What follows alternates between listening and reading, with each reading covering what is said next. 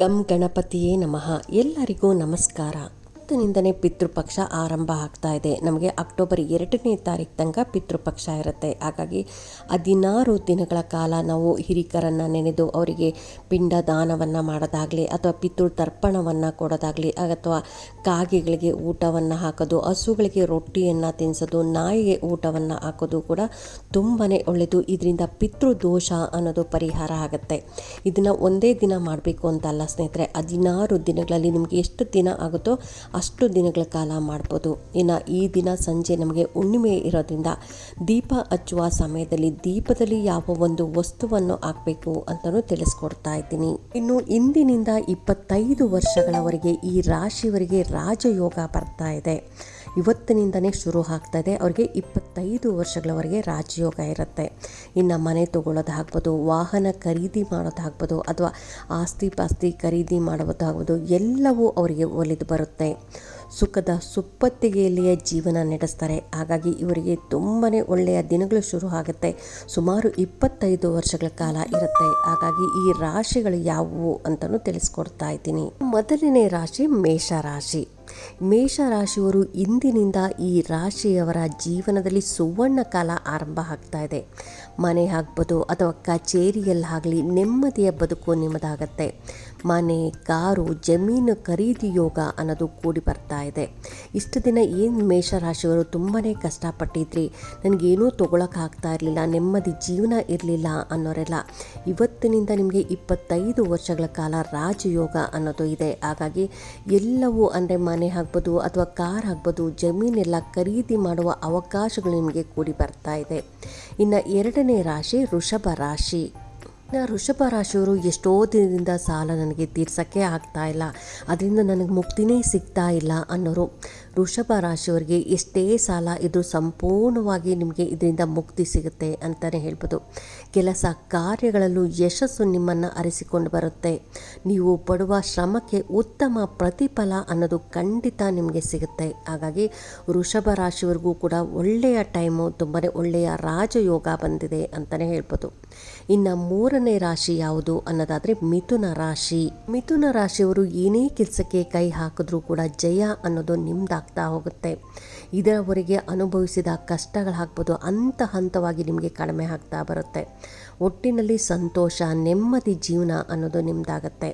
ಇಷ್ಟು ವರ್ಷ ಏನು ಕಷ್ಟಪಟ್ಟಿದ್ರೆ ಆ ಕಷ್ಟಗಳೆಲ್ಲವೂ ನಿಮಗೆ ಸಂಪೂರ್ಣವಾಗಿ ತೊಲಗೋಗಿ ಒಳ್ಳೆಯ ಸುಖಕರ ಜೀವನ ನಿಮ್ಮದಾಗತ್ತೆ ಅಂತಲೇ ಹೇಳ್ಬೋದು. ಹಾಗಾಗಿ ಒಟ್ಟಿನಲ್ಲಿ ನಿಮಗೆ ಸಂತೋಷ ಆಗ್ಬೋದು, ನೆಮ್ಮದಿ ಆಗ್ಬೋದು, ಸುಖದ ಸುಪ್ಪತ್ತಿಗೆಯಲ್ಲಿ ಇರ್ತೀರಾ ಅಂತ ಹೇಳ್ಬೋದು. 4ನೇ ರಾಶಿ ಯಾವುದು ಅನ್ನೋದಾದರೆ ಸಿಂಹ ರಾಶಿ. ಈ ಸಿಂಹ ರಾಶಿಯ ಜನರು ಹೊಸ ಕೆಲಸ ಆಗ್ಬೋದು, ವ್ಯವಹಾರವನ್ನು ಆರಂಭಿಸಬೇಕು ಎನ್ನುವರಿಗೆ ಇದು ತುಂಬಾ ಒಳ್ಳೆಯ ಸಮಯ ಅಂತ ಹೇಳ್ಬೋದು, ಸುವರ್ಣ ಕಾಲ ಅಂತಲೂ ಹೇಳ್ಬೋದು. ಹಾಗಾಗಿ ಇಂತಹ ಸಮಯದಲ್ಲಿ ನೀವು ಯಾವುದೇ ಒಂದು ಕೆಲಸವನ್ನು ಆರಂಭ ಮಾಡಿದ್ರೆ ಅದರಲ್ಲಿ ಹೆಚ್ಚಾಗಿ ಲಾಭವನ್ನು ತಂದುಕೊಡುತ್ತೆ. ಲಕ್ಷ್ಮಿಯ ಆಶೀರ್ವಾದ ಕೂಡ ನಿಮ್ಮ ಮೇಲೆ ಇರುತ್ತೆ. ಹಾಗಾಗಿ ಯಾವುದೇ ಒಂದು ಬಿಸ್ನೆಸ್ ನೀವು ಆರಂಭ ಮಾಡಬೇಕಾದ್ರೆ ಅಥವಾ ಯಾವುದೇ ಒಂದು ಈಗ ನಾನು ಹೊಸದಾಗಿ ಬಿಸ್ನೆಸ್ ಮಾಡ್ತೀನಿ ಅನ್ನೋರು ಈ ಸಮಯದಲ್ಲಿ ಆರಂಭ ಮಾಡಿ.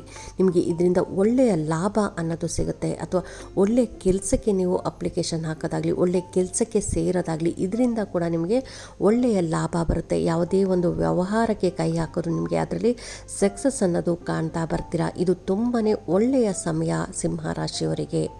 ಇನ್ನು 5ನೇ ರಾಶಿ ಯಾವುದು ಅನ್ನೋದಾದರೆ ಕುಂಭ ರಾಶಿ. ಕುಂಭ ರಾಶಿಯವರು ಸರ್ಕಾರಿ ಉದ್ಯೋಗದ ಅವಕಾಶ ಕೂಡ ಇದೆ. ಇಲ್ಲಿ ನೀವು ಸ್ವಲ್ಪ ಶ್ರಮ ಪಡಬೇಕಷ್ಟೆ. ಜೀವನದಲ್ಲಿ ನೆಮ್ಮದಿ ಅನ್ನೋದು ಹೆಚ್ಚಾಗುತ್ತೆ. ಇದಕ್ಕೆ ನೀವು ಈ ವರ್ಷ ಅಂದರೆ ಇಂದಿನಿಂದನೇ ನಿಮಗೆ ಆರಂಭ ಆಗ್ತದೆ ಒಳ್ಳೆಯ ಶುಭ ಸಮಯ ಅಂತ. ಹಾಗಾಗಿ ನೀವು ಯಾರೆಲ್ಲ ನಿಮಗೆ ಗೌರ್ಮೆಂಟ್ ಕೆಲಸ ಬೇಕು ಅಂತ ಅನ್ನೋರು ನೀವು ಗೌರ್ಮೆಂಟ್ ಕೆಲಸಕ್ಕೆ ಅಪ್ಲಿಕೇಶನ್ ಹಾಕೋದಾಗಲಿ, ಪ್ರಯತ್ನ ಪಡೋದು ಕೂಡ ತುಂಬಾ ಒಳ್ಳೆಯ ಸಮಯ ಅಂತ ಹೇಳ್ಬೋದು. ಹಾಗಾಗಿ ನಿಮಗೆ ಈ ಹಿಂದಿನಿಂದಲೇ ನೀವು ಗೌರ್ಮೆಂಟ್ ಕೆಲಸ ಬೇಕು ಅನ್ನೋರು ಸ್ವಲ್ಪ ಶ್ರಮಪಟ್ಟು ನೀವು ಕಷ್ಟಪಡೋದ್ರಿಂದ ನಿಮಗೆ ಗೌರ್ಮೆಂಟ್ ಕೆಲಸ ಅನ್ನೋದು ಆಗುತ್ತೆ. ಕೊನೆಯ ರಾಶಿ ಧನು ರಾಶಿ. ನಿಮ್ಮ ಜೀವನದ ಕಷ್ಟಗಳು ಬದಿಗೆ ಸರಿಯುವ ಸಮಯ ಅಂತಲೇ ಹೇಳ್ಬೋದು. ಉನ್ನತ ಸ್ಥಾನಕ್ಕೆ ಏರುವಿರಿ. ಕಚೇರಿಯಲ್ಲಿ ನಿಮ್ಮ ಕೆಲಸಕ್ಕೆ ವಿಶೇಷ ಮನ್ನಣೆ ಕೂಡ ಸಿಗುತ್ತೆ. ಶ್ರಮಕ್ಕೆ ತಕ್ಕ ಫಲ ಕೂಡ ಸಿಗೋದು ಅಂತಲೇ ಹೇಳ್ಬೋದು. ಹಾಗಾಗಿ ಧನುರಾಶಿಯವರಿಗೆ ಇದು ಒಳ್ಳೆಯ ಸಮಯ ಅಂತ ಹೇಳ್ಬೋದು. ಇಷ್ಟು ರಾಶಿ ತಿಳಿಸ್ಕೊಟ್ಟಿದ್ದೀನಿ ಸ್ನೇಹಿತರೆ. ಇಷ್ಟು ರಾಶಿಗಳು ಇಂದಿನಿಂದ 25 ವರ್ಷಗಳ ಕಾಲ ನಿಮಗೆ ಯಾವುದೇ ಒಂದು ಕೆಲಸ ಮಾಡೋಕ್ಕೋದ್ರೂ ಅದರಲ್ಲಿ ತುಂಬಾ ಉತ್ತಮ ಫಲ ಅನ್ನೋದು ಸಿಗ್ತಾ ಬರುತ್ತೆ. ಹಾಗಾಗಿ ಯಾರೆಲ್ಲ ಬಿಸ್ನೆಸ್ ಮಾಡಬೇಕು ಅಥವಾ ನಾನೇನೋ ಕೆಲಸ ಚೇಂಜ್ ಮಾಡಬೇಕು ಏನೇ ಇದ್ದರೂ ಒಳ್ಳೆಯದಾಗುತ್ತೆ. ಇಂದಿನಿಂದ ಪಿತೃಪಕ್ಷನೂ ಆರಂಭ ಆಗ್ತಾ ಇದೆ. ಅದರಲ್ಲಿ ಹುಣ್ಣಿಮೆ ಕೂಡ ಇದೆ ಸ್ನೇಹಿತರೆ. ಹಾಗಾಗಿ ಸಂಜೆ ನೀವು ಗೋಧೂಳಿ ಸಮಯದಲ್ಲಿ ಅಂದರೆ 5:30ಯಿಂದ 8 ಗಂಟೆಯ ತನಕ ಗೋಧೂಳಿ ಸಮಯದಲ್ಲಿ ನೀವು ದೀಪ ಹಚ್ಚುವ ಸಮಯದಲ್ಲಿ ದೀಪದಲ್ಲಿ ಈ ಒಂದು ವಸ್ತುವನ್ನು ಹಾಕಬೇಕಾಗತ್ತೆ.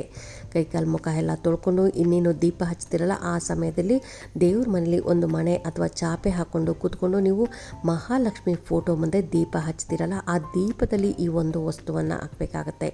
ನೀವು ತುಪ್ಪದ ದೀಪವನ್ನಾದರೂ ಹಚ್ಚಿ ಅಥವಾ ಎಣ್ಣೆ ದೀಪವನ್ನು ಆದರೂ ಹಚ್ಚಿ ನೀವು ಈ ಒಂದು ವಸ್ತುವನ್ನು ಮಾತ್ರ ಕೈಯಲ್ಲಿ ಹಿಡ್ಕೊಂಡು ಮಹಾಲಕ್ಷ್ಮಿಯನ್ನು ಬೇಡಿಕೊಂಡು ಈ ವಸ್ತುವನ್ನು ದೀಪದಲ್ಲೇ ಹಾಕಬೇಕಾಗತ್ತೆ.